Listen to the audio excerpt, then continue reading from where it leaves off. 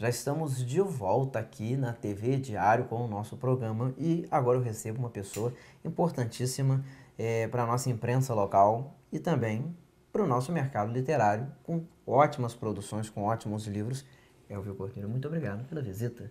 É um prazer enorme estar presente junto com você na TV Diário, no seu programa, falando um pouco dessa história da cidade, né, da área cultural, e incentivar as pessoas a não só ler a leitura, o ato da leitura, como também o costume do ler. Porque o campista, eu acho que o brasileiro como um todo, ele não tem o costume da leitura. Verdade, Então, infelizmente. acredito que precisa, quanto mais divulgar a história, quanto mais se fizer livros que sejam fáceis de leitura, mais facilita o conhecimento da história através dele. Ah, com certeza. Bem, falei que ele faz parte da história da imprensa de Campos e faz mesmo.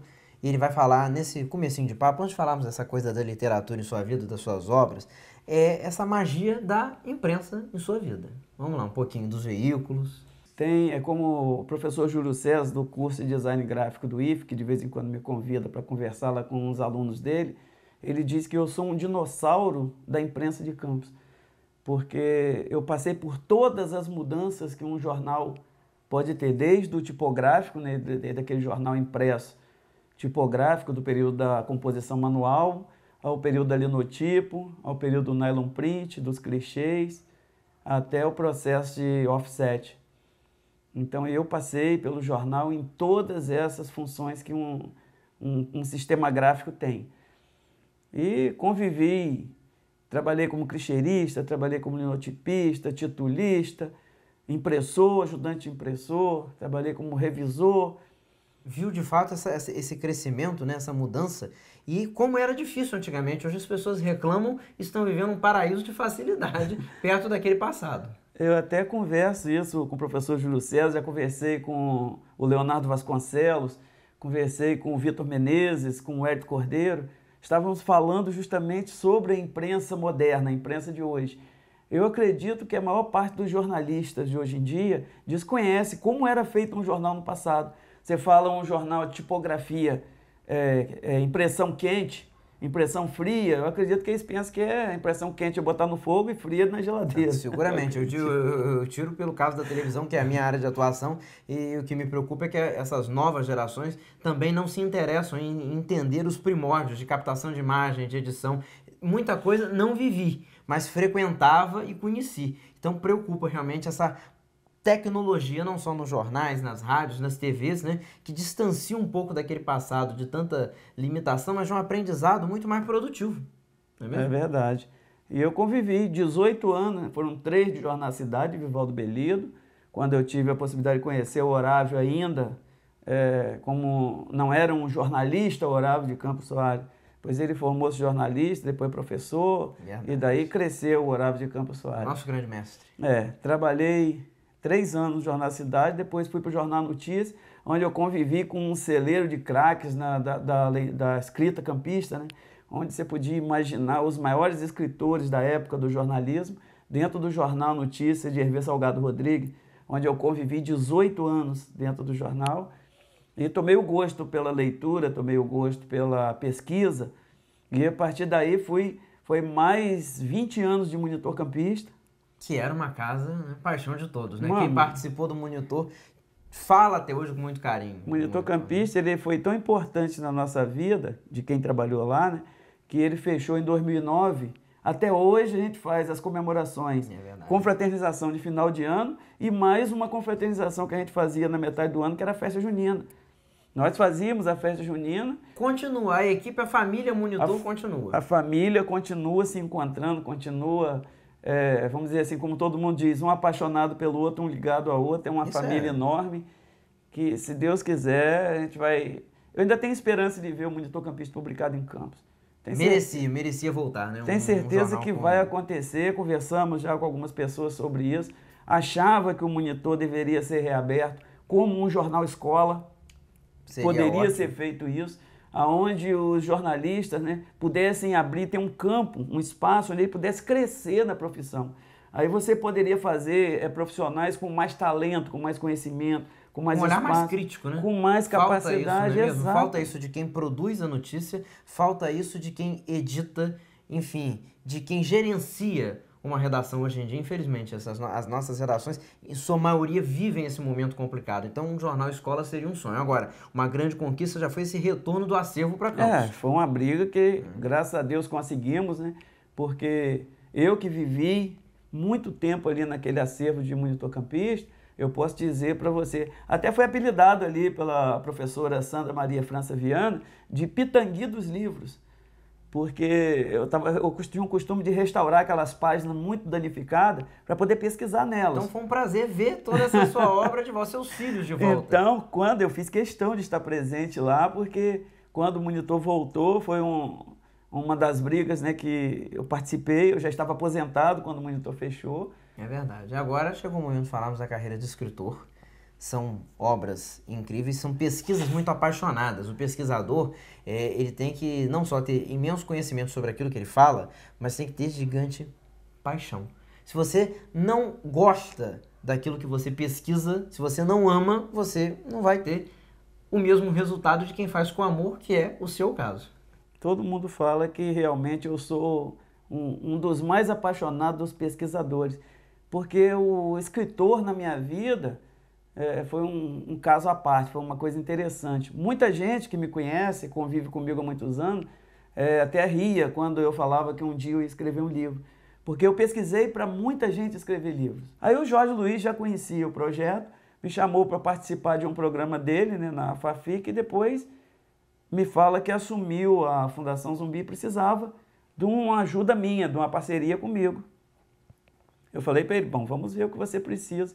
Ele falou assim, ó, eu queria que a gente marcasse essa parceria com o lançamento de um livro, porque eu pretendo levantar a história do negro e da escravidão na nossa cidade. Olha só, depois de tantos anos ajudando a tanta gente, chegou o momento de ser o escritor. Eu tinha pesquisado um personagem que era o Carucango. E a partir daí eu comecei a fazer, a separar esse material, porque ele falou que nós iríamos lançar o Carucango. E em 2009, numa exposição agropecuária, no estande da prefeitura, foi lançado o livro Carucango. A partir daí o Carucango não parou mais, que parece que o Carucango ele foi uma história interessante, porque eu não quis fazer como escritor. Eu sempre fui admirador do João Oscar Pinto, né, lá de São João da Barra. Tive a oportunidade de conhecê-lo numa oportunidade no Monitor Campista, no qual eu estava fazendo uma matéria com a Patrícia Bueno do Caderno Mais do Monitor. E conversando com ele um certo tempo, eu fiquei apaixonado pelas histórias que ele me contava de trabalho de pesquisa e de escrever. E ele me falava de um Curuncango Rei. E eu não sabia quem era esse Curuncango Rei. E São João da Barra, eles começaram a fazer uma peça teatral baseada nesse livro, mas ninguém acreditava nesse Curuncango Rei, achava que era uma criação da cabeça dele. Isso acabou te provocando também essa mesma curiosidade. Provocou a curiosidade e eu comecei pesquisando. E acabou que eu conheci uma pessoa muito amiga lá do CEMAP de Macaé, né, que fizemos uma troca. Ela queria um material relacionado com o cemitério de Campos e, ao mesmo tempo, eu queria essa história do Curuncango Rei. E ela falou para mim, só que tem um erro nisso aí. O cara que escreveu errado. Eu disse assim, porque não existe Curuncango Rei, existe Carucango. E eu comecei a pesquisar, comecei a levantar e tive o conhecimento de que o Curuncango não existe. Embora ele não tenha sido rei, ele foi príncipe. Na terra dele, em Moçambique, na tribo dos Becoanos. Ele era príncipe, foi trazido como escravo. Mas o Carucango tem uma explicação tribal. É o observador, o estrategista, aquele que organiza. Tem um significado. Curuncango Rei não tem. Então foi a partir daí que eu comecei a fazer esse trabalho. E com resultados incríveis. E sempre depois do livro lançado, essa coisa de chegar a pensadores, a jornalistas, a pesquisadores, a mestres, a doutores e a pessoas do povo de fato, né? Com certeza. Esse livro, Carucango, ele tem passagem interessantíssima. Nós fomos convidados logo depois de lançado para levar na Bienal de Alagoas, 4ª Bienal Internacional de Alagoas, e para nossa surpresa, fomos participar de uma mesa com o representante das embaixadas africanas. E estava lá a representante da embaixada de Moçambique, que era a Sônia, que era uma negra de quase 2 metros de altura, Nossa. muito simpática. Um encontro com alguém, né, que vem da terra desse seu personagem. Exatamente. E ela ficou interessadíssima, né, porque falamos para o povo, né, um auditório superlotado, sobre o personagem. E ela me perguntou, depois muito emocionada, qual era o sonho do conterrâneo dela. E eu disse, o sonho dele era levar o povo dele de volta para casa. Aí ela perguntou, hoje, o que eu posso fazer para a alma do meu conterrâneo? Eu falei, você poderia levar alguns livros desses para as bibliotecas da sua cidade. E ela falou assim, então você me autografa 6 livros, que eu vou colocar um em cada biblioteca de Moçambique. Nossa, que maravilha, né? A partir disso a chance aí... de fazer com que a obra chegasse até lá. Exato. A partir daí eu perdi noção da dimensão, né? Da dimensão, porque o livro começou sendo levado para tudo quanto é canto. Eu comecei tendo noção de que ele estava na Espanha, na França e em muitos lugares.